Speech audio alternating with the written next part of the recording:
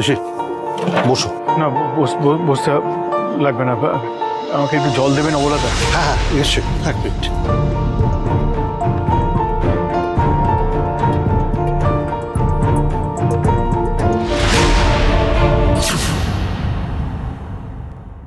ভোটের সময় ওলাবাবু এত দয়ালুপনা করছেন যে না সে তো থাকতে পারলাম না।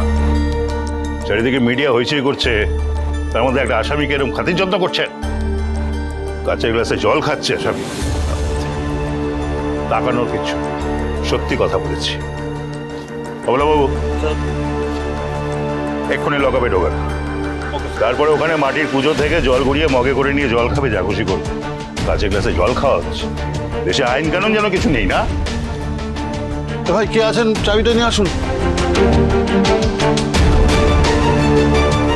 এ তো দেখছি ভাইয়াজির চামচা, অফিসের বড় বাবু। ঋষিকে খুব চালাবে। আমি ভাবছি ঋষিকে কি করে বাঁচাবো। স্যার, বাড়ি থেকে ওনার ভাই বোনরা এসেছে দেখা করতে।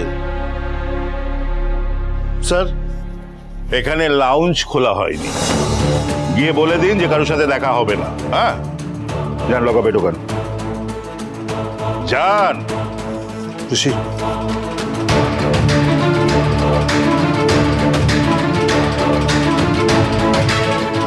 সরি ঋষি।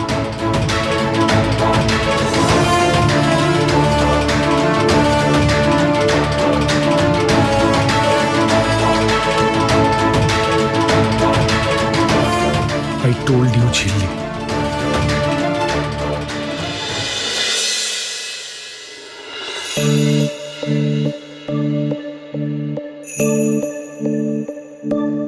কৃষ, এগুলো কি হয়ে গেল বলো তো? মিস্টার সিংহ রায় কাল সারা রাত কিছু খেয়েছেন কিনা, ঘুমিয়েছেন কিনা, এখন কি অবস্থায় আছে কিছু জানি না। এরকম কেন হলো কৃষ, কেন?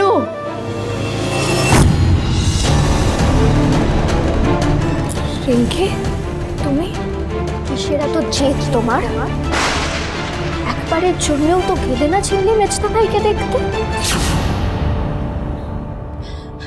দিদি ভাই, এই দিদি ভাই, দিদি ভাই তুই কি করছিস সেখানে? তুই চল, তুই আমার সাথে চল, তুই ঘুমাবি, তুই চল না দিদি ভাই, চল না। কত ছিললি? আর কত? এতদিন ধরে এই বাড়িতে এত কিছু হয়ে যাচ্ছে, আর কত? এবার প্লিজ থামো, প্লিজ। শোনো ছিললি, তুমি এক্ষুনি গিয়ে খেয়ালির কাছে হাত জোর করে ক্ষমা চাই। ওকে গিয়ে তুমি বলবে যে ভোটের এসব ঝামেলার মধ্যে আমরা কেউ আর নেই। দেখবে দেখবে ও ও নিশ্চয়ই সসম্মানে মেজদা ভাইকে বাড়িতে ফিরিয়ে আনবে। রিঙ্কি, রিঙ্কি এই কথাটা তুমি বল। হ্যাঁ বলছি। তেঁতুল পাতা সোম থেকে রবি প্রতিদিন সন্ধ্যে ৬টায় স্টার জলসায় ও জিও হটস্টারে।